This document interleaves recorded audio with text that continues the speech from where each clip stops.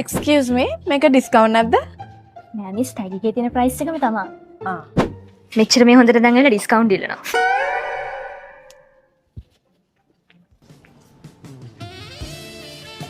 මල්ලි බබෝ මේවා ඩිස්කවුන්ට් නැද්ද?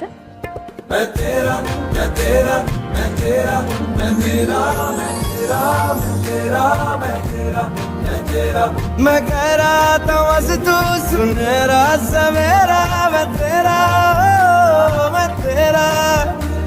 मुसाफिर में भटका तू मेरा बसेरा मैं तेरा මල්ලි බබෝට අහනවා. ඇහෙනවා මිස් ඇහෙනවා. මිස් කියනවා මා ලස්සනයිනේ මිස්.